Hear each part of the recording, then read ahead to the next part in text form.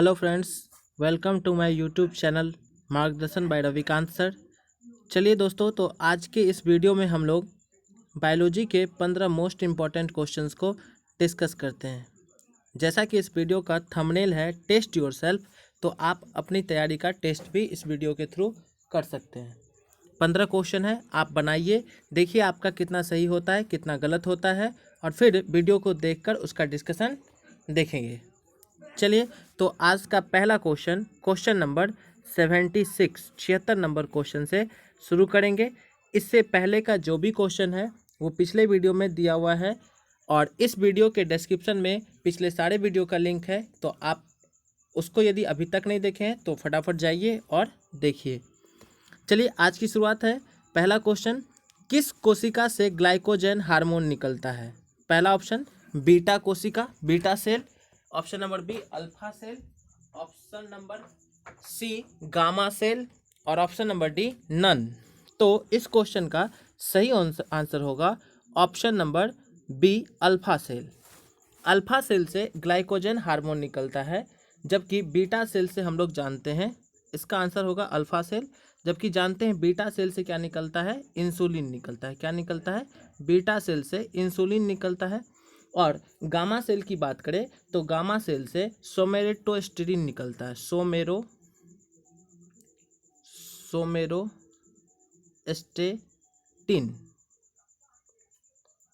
सोमेरोस्टेटिन hormone निकलता है। तो ध्यान रखना है हम लोगों को कि बीटा सेल से इंसुलिन, अल्फा सेल से ग्लाइकोजन और गामा सेल से सोमेरोस्टेटिन निकलता है। चलिए अगला क्वेश्चन देखते हैं। Next question number 77 number question ध्यान देंगे। पैनक्रियाज, जिसको अग्नाशय कहा जाता है, अग्नाशय रस का या पैनक्रियाज जूस का पीएच वैल्यू क्या होता है? तो पहला option 7.5 to 8.3। Option number B 6.5 to 7.5। Option number C 8.3 to 9.3। Option number D none. तो इस क्वेश्चन का सही आंसर होगा, जल्दी बताओ, फटाफट बताओ, सबके सब बताएंगे। गुड, याद होना चाहिए, पीएच वैल्यू से क्वेश्चन आपका पूछा जाता है। काफ़ी सारे एग्जाम में पीएच वैल्यू से रिलेटेड क्वेश्चन आता है, तो आप हर चीज़ का जो भी आप थोड़ा जो इम्पोर्टेंट है उसका पीएच वैल्यू आप याद रखेंगे। तो पैनक्रियाज अग्नाशय रस का पीएच वैल्यू 7.5 to 8.3 होता है। ऑप्शन नंबर ए सही आंसर है। हम लोग जानते हैं पैनक्रियाज जो है अग्नाशय एक अंतःस्रावी और बाह्यस्रावी ग्रंथि है, और पैनक्रियाज को पूर्ण पाचन रस भी कहा जाता है। पैनक्रियाज को क्या कहा जाता है? पूर्ण पाचक रस कहा जाता है। आप ध्यान रखेंगे, पूर्ण पाचक रस किसको कहते हैं? हम पैनक्रियाज को कहा जाता है। इसका पीएच वैल्यू 7.5 to 8.3 होता है। ठीक है, चलिए next question number 78 number question ध्यान देंगे। 78 नंबर क्वेश्चन आपका है। पहला क्वेश्चन, हिपेरिन नामक प्रोटीन का निर्माण कहाँ होता है? हिपेरिन का प्रोटीन का निर्माण कहाँ होता है? पहला ऑप्शन अमाशय। ऑप्शन नंबर बी यकृत लीवर। ऑप्शन नंबर सी आंत। और ऑप्शन नंबर डी पित्ताशय। तो चलिए देखते हैं इसका सही आंसर। सही आंसर होगा option number B liver. Heparin protein कहाँ से निकलता है, का निर्माण कहाँ होता है? तो यकृत में, लीवर में। हिपेरिन जो है वो शरीर के अंदर ब्लड को जमने से क्या करता है? रोकता है। हिपेरिन क्या करता है? ब्लड को जमने से रोकता है। और हिपेरिन क्या है? एक प्रोटीन है। ध्यान रखना है कि हिपेरिन क्या है? एक प्रोटीन है। कभी कभी ये भी आपसे क्वेश्चन आ जाएगा। तो हिपेरिन क्या है? एक प्रोटीन है। क्लियर है? और आप जानते हैं यकृत जो लीवर होता है वो शरीर के ताप को क्या करता है? बनाए रखता है। यकृत शरीर के ताप को भी बनाए रखता है, ताप को मेंटेन रखता है, बनाए रखता है। ठीक है, ध्यान रखेंगे। चलिए, तो इस तरह से इस क्वेश्चन का आंसर बताओ, यकृत लीवर होगा। अगला क्वेश्चन नंबर 79 नंबर क्वेश्चन देखते हैं। 79 नंबर क्वेश्चन कहता है अपना, कौन सा ग्रंथि में प्रोटीन की अधिक मात्रा को कार्बोहाइड्रेट में परिवर्तित करता है? किस ग्रंथि में? शरीर के कौन सी ग्रंथि प्रोटीन का अधिक मात्रा को क्या करता है? कार्बोहाइड्रेट में परिवर्तित करता है। तो पहला ऑप्शन है आपका पहला ऑप्शन अमाशय, दूसरा यकृत जिसको लीवर कहते हैं, और ऑप्शन नंबर सी क्या कह रहा है, किडनी, ऑप्शन नंबर डी आंत। तो इस क्वेश्चन का सही आंसर होगा अपने पास यकृत, लीवर, ऑप्शन नंबर बी सही आंसर है। ठीक है, चलिए लीवर के बारे में हम लोग काफ़ी कुछ जानते हैं और देखते हैं कि इससे बहुत सारा क्वेश्चन बनता है, तो थोड़ा इम्पोर्टेंट है। लीवर एक बाह्यस्रावी ग्रंथि है ना। लीवर कैसी ग्रंथि है, एक बाह्यस्रावी ग्रंथि है। और लीवर का वजन कितना होता है, 1.5 से 2 kg। इसका वेट कितना होता है, 1.5 to 2 kg। ध्यान रखना। और लीवर क्या करता है, लीवर शरीर के ताप को बनाए रखता है। ये शरीर के ताप को भी बनाए रखता है, शरीर के ताप को क्या रखता है, मेंटेन रखता है, बनाए रखता है। ठीक है, इस तरह से आंसर यकृत, लीवर होगा। अगला क्वेश्चन, क्वेश्चन नंबर 80। शरीर से हृदय की ओर रक्त ले जाने वाली रक्तवाहिनी है कौन सी। पहला ऑप्शन धमनी, ऑप्शन नंबर बी सिरा, ऑप्शन नंबर सी वेन जिसको नस कहते हैं, और ऑप्शन नंबर डी A+B दोनों, सॉरी B+C दोनों। तो चलिए ध्यान देंगे इस क्वेश्चन का सही आंसर क्या होगा। तो देखिए इस क्वेश्चन का हम आपसे कह रहे क्वेश्चन कि शरीर से हृदय की ओर रक्त ले जाने वाली को, तो हृदय की ओर यदि ले जाएगा तो सिर की ओर ले जाएगा। इसको हम लोग ऑप्शन नंबर ए धमनी कहते हैं। क्या कहते हैं आंसर, ऑप्शन नंबर ए धमनी होता है। ठीक है, जो धरती की ओर, सॉरी धमनी नहीं, इसको सिरा होगा, है ना। हृदय की ओर जो रक्त ले जाएगा उसको क्या कहेंगे, सिरा कहेंगे। और जो हृदय से पूरे शरीर में ब्लड ले जाता है उसको क्या कहते हैं, धमनी कहते हैं। तो ये ध्यान रखना है हम लोगों को। हार्ट से शरीर की ओर जो रक्त ले जाएगा, ब्लड ले जाने वाले को क्या कहेंगे, धमनी कहेंगे। हार्ट से शरीर की ओर तो धमनी हो जाएगा। और यदि हार्ट की ओर ले जाएगा तो उसको क्या कहेंगे हम लोग, सिरा कहेंगे। क्लियर है। और सिरा को ही अंग्रेजी में, इंग्लिश में वेन भी कहा जाता है, VEAN जिसको हम लोग कहते हैं। तो इस क्वेश्चन का आंसर B+C दोनों होगा। ऑप्शन नंबर डी में ये होना चाहिए ऑप्शन कि B+C, क्योंकि सिरा को ही क्या कहा जाता है, वेन कहा जाता है। ये ध्यान रखना है। ठीक है, तो हम लोगों का ये आंसर हो जाएगा। अगला question, next question, question number 81, 81 number question. देखिए RH फैक्टर की खोज किसके द्वारा किया गया था। RH फैक्टर की खोज किसके द्वारा किया गया था, ध्यान रखना है।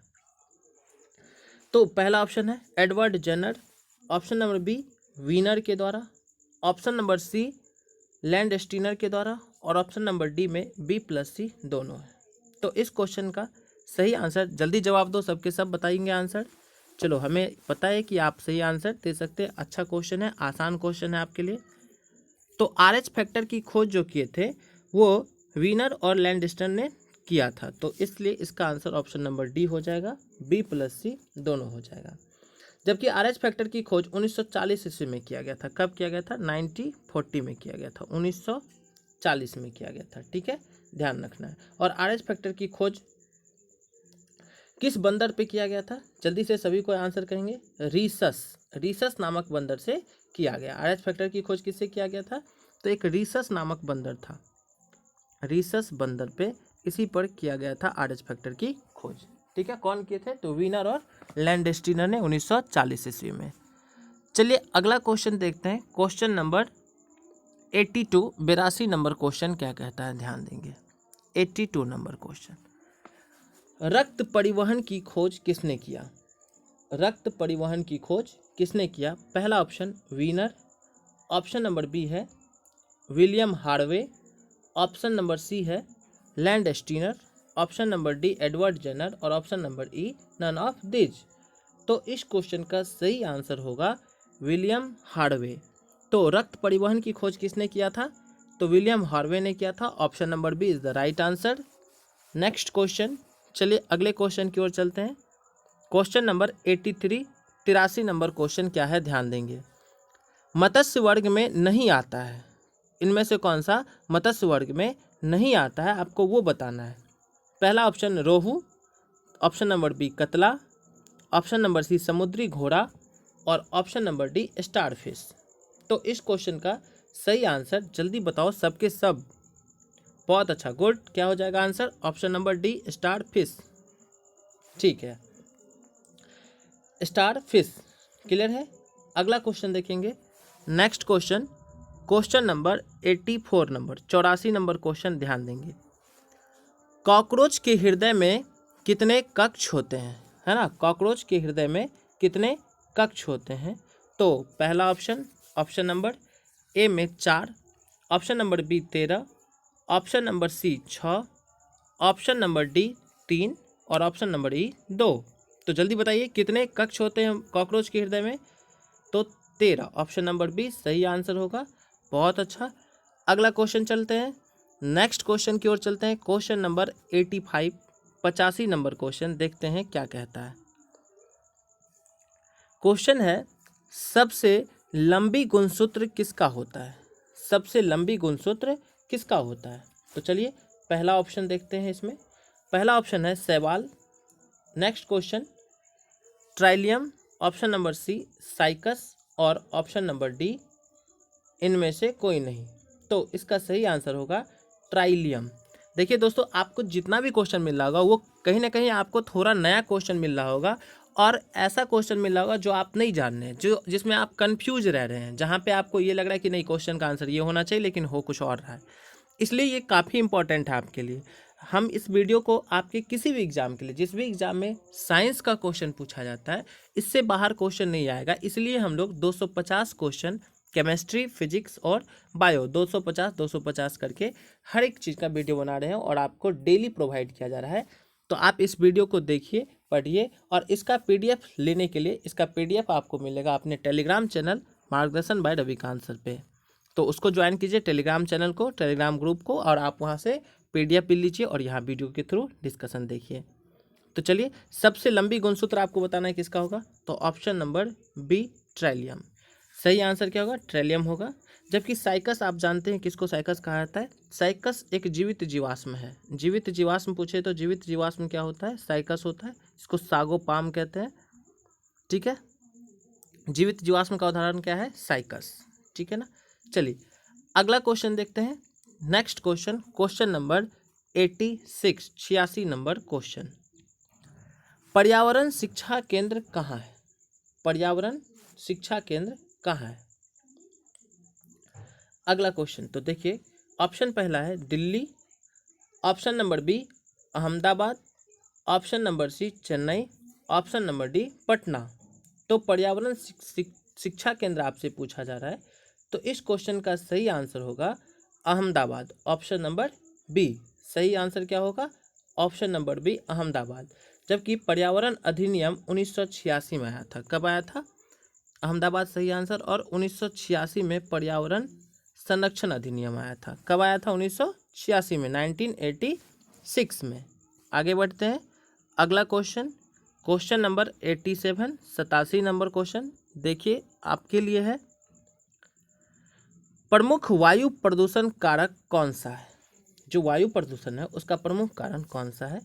पहला option SO2, option number B CO, option number C H2S, option number D NO या NO2 और option number E all of this, इनमें से सभी।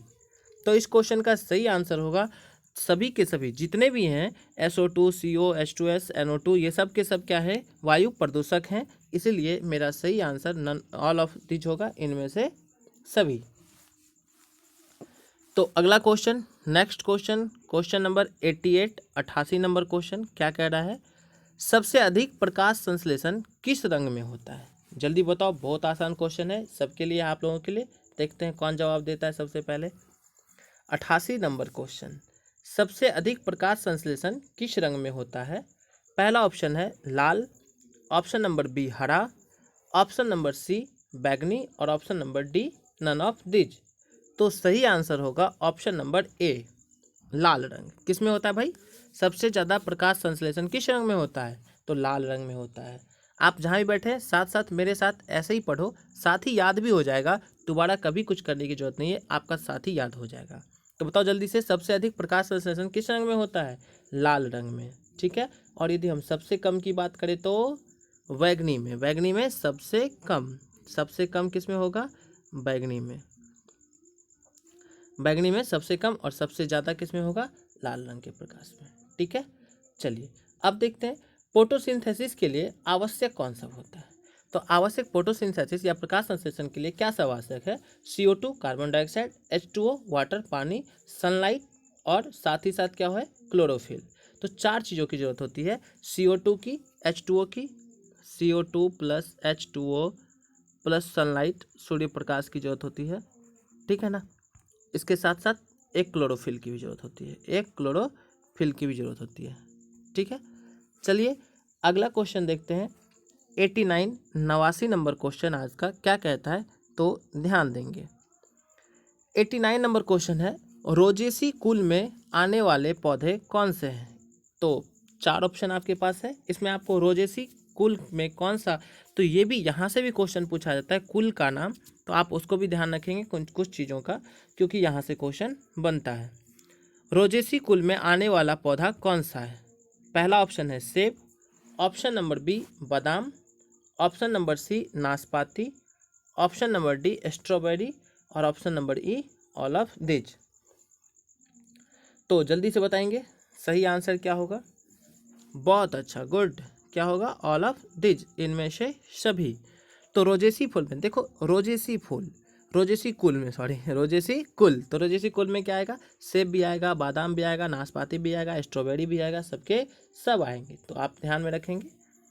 रोजेसी कुल का पौधा जो होता है वे द्विबीजपत्री होते हैं। कैसे होते हैं? तो द्विबीज मतलब 2 बीज वाला, द्विबीजपत्री, ठीक है ना। द्विबीजपत्री होता है रोजेसी कुल का पौधा, ठीक है। अगला क्वेश्चन और आज का आखिरी question, 90 number question, 90 number question, आज का अंतिम क्वेश्चन। तो आज के एपिसोड के अंतिम क्वेश्चन को हम लोग देखेंगे यहाँ पे। चलिए ध्यान देंगे। तारपीन का तेल किस पेड़ से निकलता है? पहला ऑप्शन देवदार, ऑप्शन नंबर बी चीर, ऑप्शन नंबर सी सैंड्रस और ऑप्शन नंबर डी सुपारी। तो देखिए, देवदार से, चीड़ से, सैंड्रस के पेड़ से, तीनों के पेड़ से तेल निकलता है, लेकिन किसका तेल निकलता है ये आपको याद रखना है, ठीक है। तो यहाँ क्वेश्चन तारपीन का तेल पूछ रहा है, किस पेड़ से निकलता है? तो सही आंसर होगा, जल्दी बताओ जल्दी बताओ, ऑप्शन नंबर बी चीड़। चीड़ के पेड़ से तारपीन का तेल निकलता है ना, तारपीन का तेल। तारपीन मतलब 4 पीन, तो चीड़ को याद रखेंगे, 4 पीन से 4 लगा हुआ है तो चीड़, तो चीड़ के पेड़ से तारपीन का तेल निकलता है, ठीक है। जबकि देवदार पेड़ से सैंड्रस का तेल निकलता है। देवदार के पेड़ से किसका तेल निकलता है? सैंड्रस का। सैंड्रस पेड़ नहीं, सैंड्रस का तेल निकलता है। किस पेड़ से? देवदार पेड़ से सैंड्रस तेल। तो देवदार से सैंड्रस का तेल और चीड़ से तारपीन का तेल। तो इस तरह से दोस्तों आज के इस वीडियो में हम लोग बायोलॉजी से इम्पॉर्टेंट 15 क्वेश्चन को डिस्कस किए, और ये आज का 6ठा सीरीज का वीडियो है। इससे पहले हम लोग 5 वीडियो अपलोड कर दिए हैं, तो आप उसको भी देखिए। आपको खुद अच्छा लगे, आपको लगे कि आपके एग्ज़ाम के लिए इम्पॉर्टेंट है, आपके एग्ज़ाम के लिए फ़ायदेमंद है, और बिल्कुल है। आप जब पूरा वीडियो देखिएगा तो आप खुद ही देखिएगा 15 क्वेश्चन के माध्यम से आप 75 क्वेश्चन को रिवाइज कर रहे हैं। तो आपको अच्छा लगे, आप अपने दोस्तों को शेयर कीजिए, सब्सक्राइब कीजिए चैनल को, और शेयर करना नहीं भूलेंगे, और लाइक किया करो, है ना। वीडियो पे लाइक और कमेंट किया करो कि आपको वीडियो कैसा लग रहा है, तो फिर आपके लिए और भी इस तरह से आगे भी जीके की भी वीडियो अवेलेबल कराई जाएगी, ठीक है। तो आज के लिए इतना ही, मिलते हैं अगले वीडियो में।